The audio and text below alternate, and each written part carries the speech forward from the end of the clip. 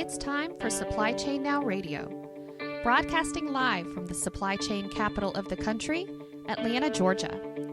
Supply Chain Now Radio spotlights the best in all things supply chain. The people, the technologies, the best practices, and the critical issues of the day. And now, here are your hosts. Hey, good afternoon. Scott Luton here with you live on Supply Chain Now Radio. Welcome back to the show. Now, today we aren't broadcasting live in Atlanta.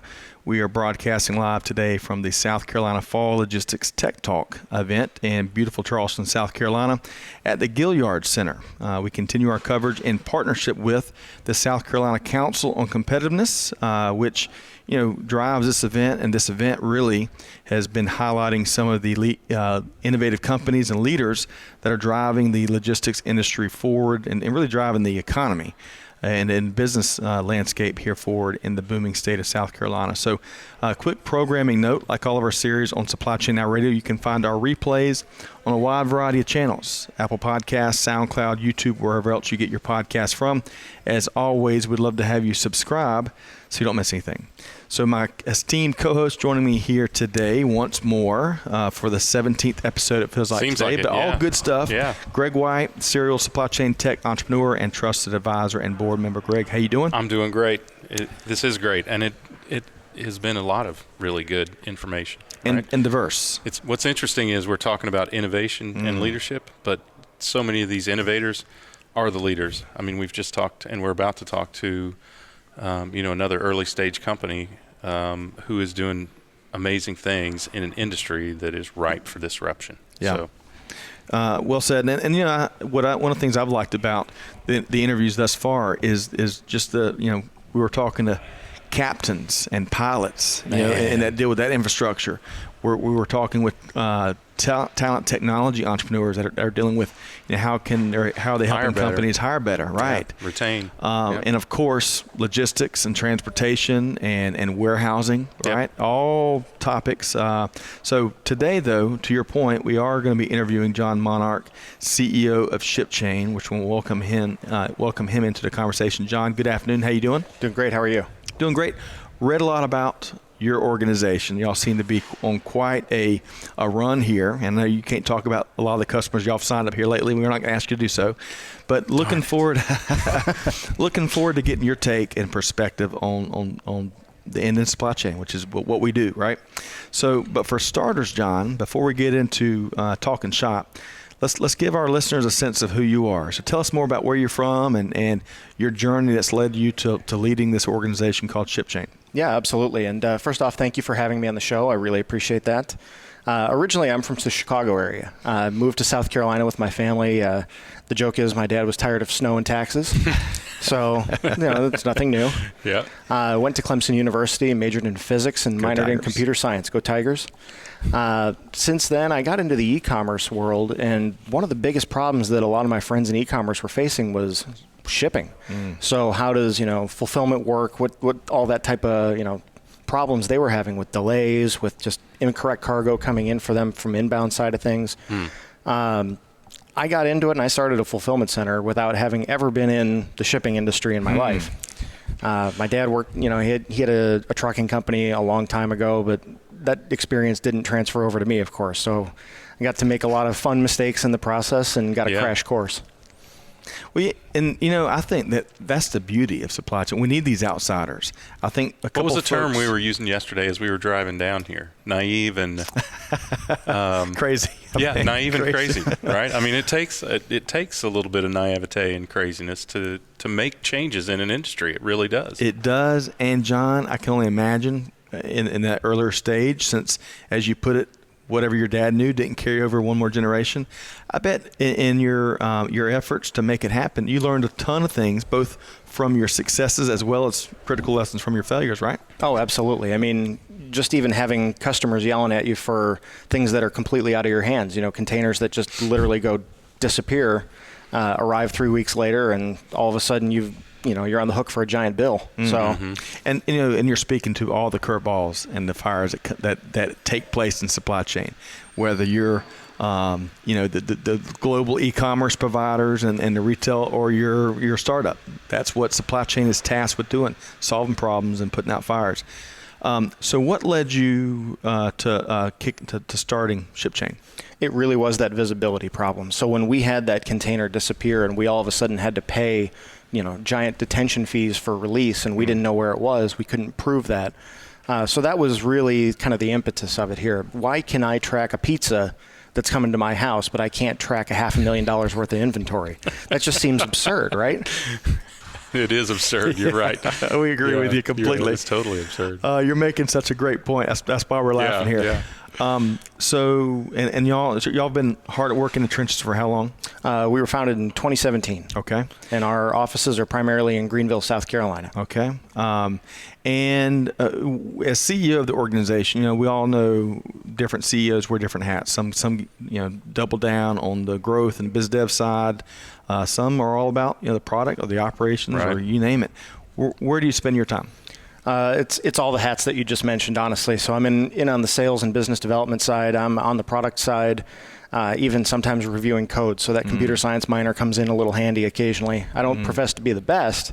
You better not, because I bet your developers would have something to say about that. They would kill me when I get back in. So I'm definitely not the best. That's for sure. But product-wise, I think that's probably where I spend the most time. Yep. So on your website, I noticed you had some key problem areas defined by one of the big four. Speaking to the core of what ShipChain does, obviously visibility is a big thing that y'all deliver. What else would you think ShipChain delivers for its customers? Accountability. So that's one of the biggest failures we've noticed in supply chain, is that the fact that I don't know necessarily who was accountable for my shipment at a specific point in time and location, and that most of the problems actually happen where there's a handshake. So that way, how can we prove who was responsible for it, who do I need to make an insurance claim against, or who needs to pay for this, when everyone's just pointing fingers at each other and nobody will claim it? So that way, what we can provide is a lot more granularity and accountability as a result of that visibility that will hopefully reduce things like insurance claims, insurance premiums, and damaged shipments. So how do you do that for people? So we can show a location that is timestamped and notarized that can't be tampered with. Are you using blockchain for that? Exactly. Okay. So blockchain is perfect for being able to record events that happened without having to worry that they've been tampered with. Right. And since it's impossible to tamper with, we can show that in an effective notarization. Right. It's an inalterable record. Correct. Right. So that provides the surety and the accountability that you're looking for. That's great. And that's a great use of it, by the way. We talk a lot about, on this show in particular, we talk a lot about AI and supply chain. It's good.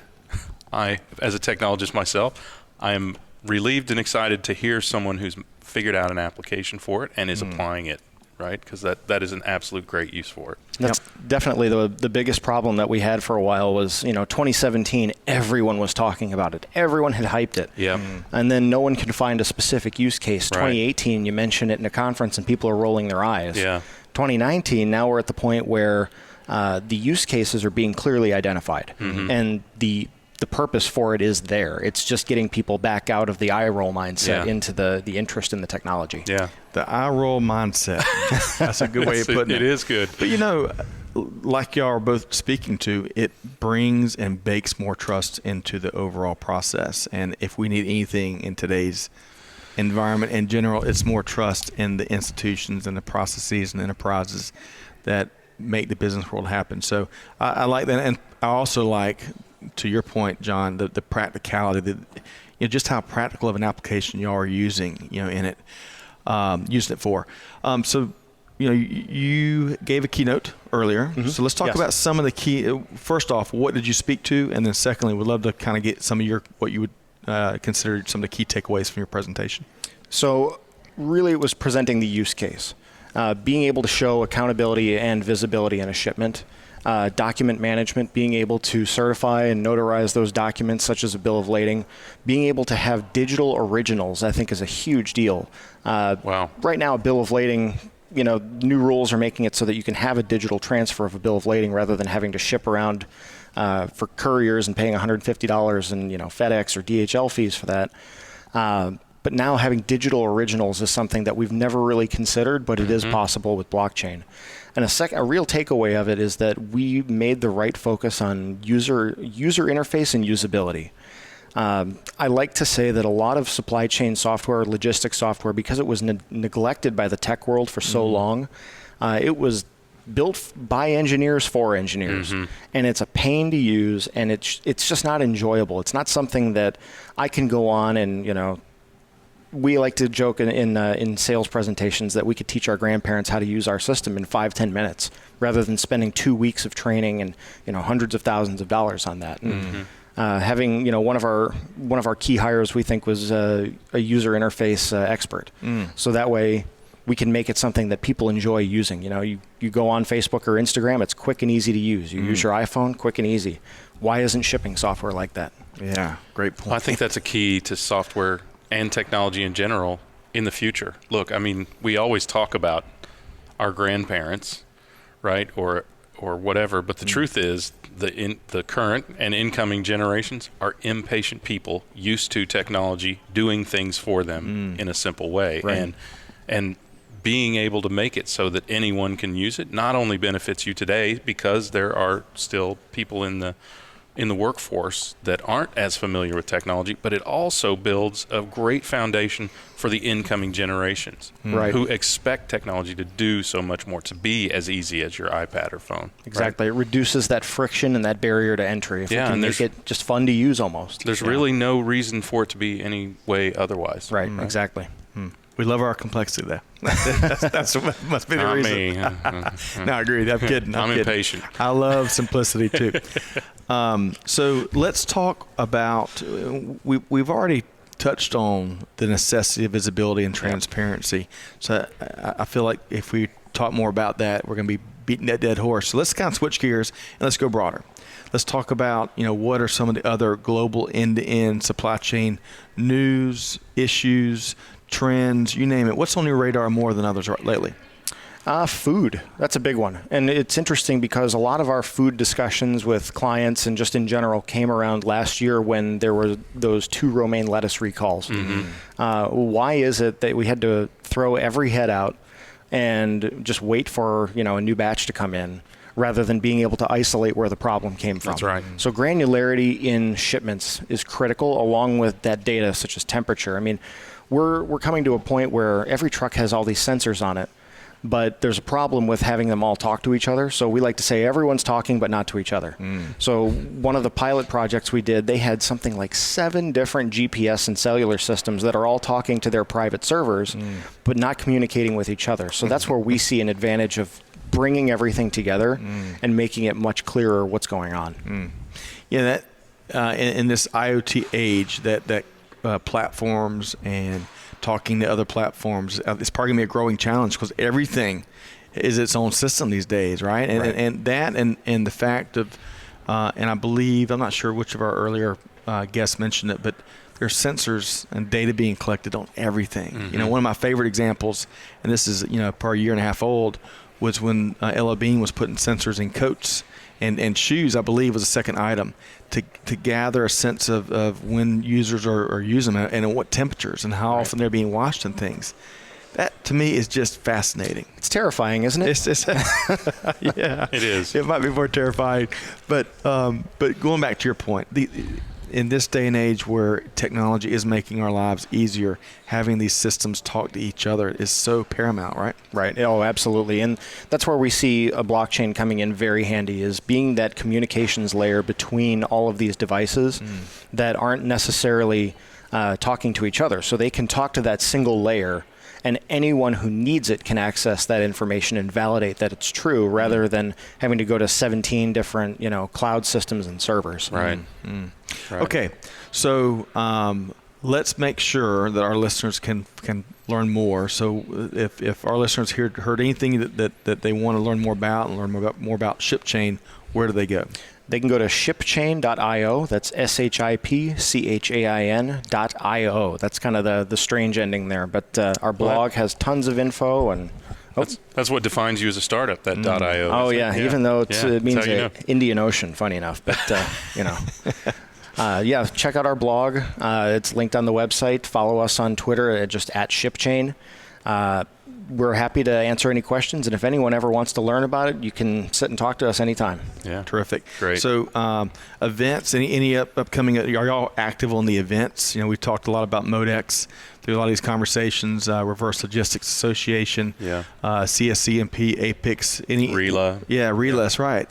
Any other upcoming events coming up on your calendar? A bunch of JOC events we're looking at. We always look at like a TPM. We had people at the Logistics Technology Conference that JOC just recently hosted in Las Vegas. Yeah.